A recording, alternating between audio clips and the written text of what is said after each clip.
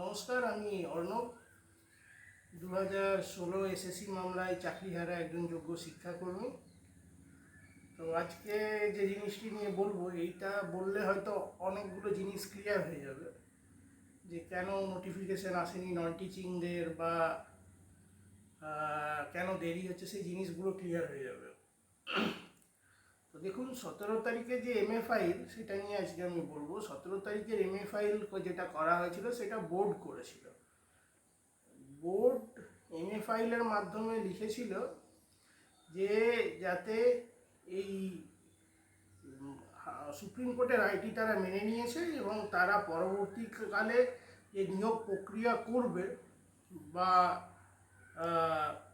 যতদিন না নিয়োগ প্রক্রিয়া হচ্ছে বা 31শে ডিসেম্বরের পর্যন্ত, যাতে শিক্ষক ও শিক্ষাকর্মীদেরকে যাদেরকে নামে কোনো দুর্নীতির সাথে যুক্ত নয় যারা, তাদেরকে স্কুলে যাওয়ার অনুমতি দেওয়া হোক, নাহলে শিক্ষা ব্যবস্থার উপর একটা প্রভাব পড়বে, সেই নিয়ে লেখা মানে আবেদন করা হয়েছিল। এমএ ফাইল তো হচ্ছে একটি মডিফিকেশন অ্যাপ্লিকেশন। মূলত সেখানে শিক্ষকদের কথাই লেখা হয়েছিল, শিক্ষাকর্মীদের সম্পর্কে কিছুই সেরকম লেখা হয়নি। সে যা হয়েছিল সেটা বাদ দিন। এবার 17 তারিখে রায়ে যেটা হয়েছে, যেটা নিয়ে এত কনফিউশন বা যেটা নিয়ে আপনারা বারবার আমাকে প্রশ্ন করেন যে নন টিচিংদের বিজ্ঞপ্তি কবে বেরোবে বা তাদের কেন এখনও বিজ্ঞপ্তি বেরোচ্ছে না, বা 31শে ডিসেম্বরের মধ্যে তাদের পরীক্ষা নিয়োগ প্রক্রিয়া শেষ হবে কি না, সেই জিনিসটা। তো দেখুন, 17 তারিখের এমএ ফাইলের পরে যে পরীক্ষার কথা বলা হয়েছিল এবং যেটা 31শে ডিসেম্বরের মধ্যে শেষ করতে বলা হয়েছে, সেটা শুধুমাত্র শিক্ষকদের ক্ষেত্রে, শিক্ষাকর্মীদের ক্ষেত্রে নয়। সেই কারণেই এই ধারণাটা করা যে 31শে ডিসেম্বরের মধ্যে শিক্ষাকর্মী নিয়োগ প্রক্রিয়া শেষ হবে, সেটা কোনোভাবেই হবে না এবং বাস্তবত সেটা সম্ভবও নয়। কারণ বহুবারই আমরা মিটিং করেছি এসএসসি চেয়ারম্যানের সাথে, তিনিও বারবার বলেছেন যে শিক্ষাকর্মীদের ক্ষেত্রে যে সংখ্যক ক্যান্ডিডেটরা অ্যাপিয়ার করে এই পরীক্ষাতে, সেই পরিমাণ ক্যান্ডিডেটকে এই নির্দিষ্ট সময়ের মধ্যে তার খাতা ইভ্যালুয়েট করে তার মানে প্যানেল প্রকাশ করা এবং তাদের অ্যাপয়েন্টমেন্ট ইস্যু করা, এটা সম্ভব নয়। এটা একটা দীর্ঘমেয়াদী প্রক্রিয়া, তাই কখনোই এই সময়ের মধ্যে সম্ভব নয়। এবং সুপ্রিম কোর্টের কোনো অর্ডারের মধ্যেই শিক্ষাকর্মীদেরকে 31শে ডিসেম্বরের মধ্যে করতে বলা নেই। এমএ ফাইলের যে 17 তারিখে এমএ ফাইল বলা হয়েছিল, সেটা শুধুমাত্র শিক্ষকদের জন্য, শিক্ষাকর্মীদের সেই বিষয়ে কিন্তু কিছু নেই। এবার আপনারা জিজ্ঞাসা করছেন শিক্ষাকর্মীদের বিজ্ঞপ্তি কবে বেরোবে বা গ্যাজেট নোটিফিকেশন কবে আসবে। দেখুন, সে সম্পর্কে সুনির্দিষ্ট ডেট আমাদের কিছু জনের জানা থাকলেও আমাদের পক্ষে সেটা বলা সম্ভব নয়। কারণ হচ্ছে, সরকারের বহু ক্ষেত্রেই আমরা দেখেছি আগেও অনেক ডেট দিয়েছে এবং সেগুলো পরবর্তীকালে তারা পালন করেনি বা সেগুলো প্রতিফলিত হয়নি।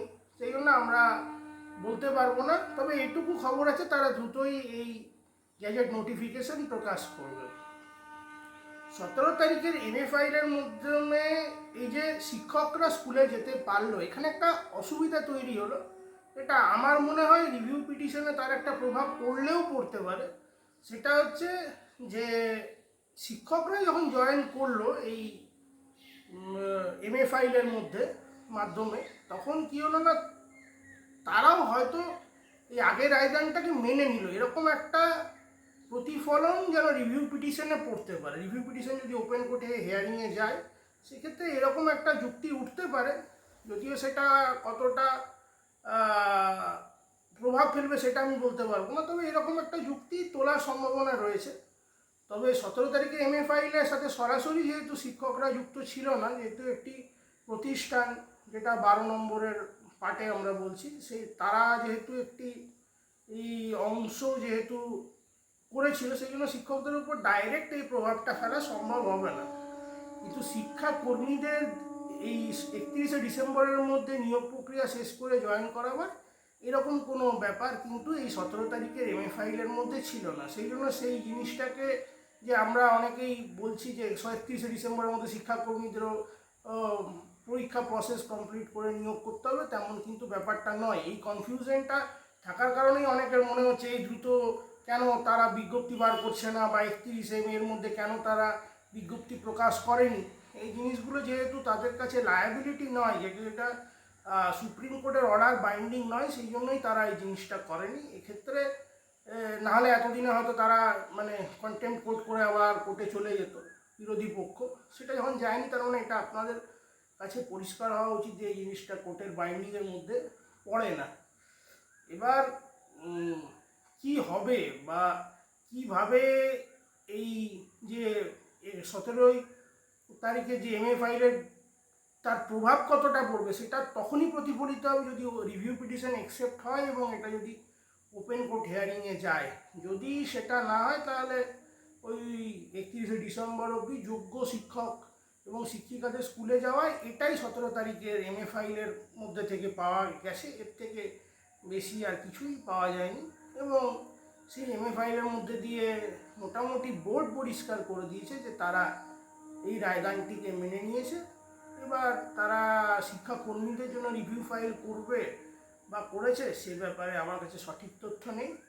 তবে স্টেট খুব সম্ভবত ডিফেক্ট ক্লিয়ার করেছে রিভিউ পিটিশনে এবং তারা সম্ভবত এবার ফাইনাল হিয়ারিং মানে রিভিউ পিটিশন ফাইনাল করার দিকে যাচ্ছে, সেটাই মনে হয়। আর গতকাল শিক্ষাকর্মীদের একটা মিছিল ছিল, সেখানে বহু শিক্ষাকর্মী এসেছিলেন। সেখানে আমরা কিছুজন সদস্য নবান্নতে গিয়েছিলাম, সেখানে আলোচনাও হয়েছে আধিকারিকদের সাথে। যদিও সেই আলোচনার মধ্যে থেকে খুব বেশি কিছু আমরা পাই, তবে আশা করব যে তারা আমাদেরকে সন্তুষ্ট না করতে পারলেও 14 তারিখে যে রিভিউ ফাইল করবেন সেখানে তারা কোর্টকে অন্তত যোগ্যদের জন্য স্যাটিসফাই করতে পারবে, সেই আশাটা অন্তত রাখি। ধন্যবাদ, সকলে ভালো থাকবেন, নমস্কার।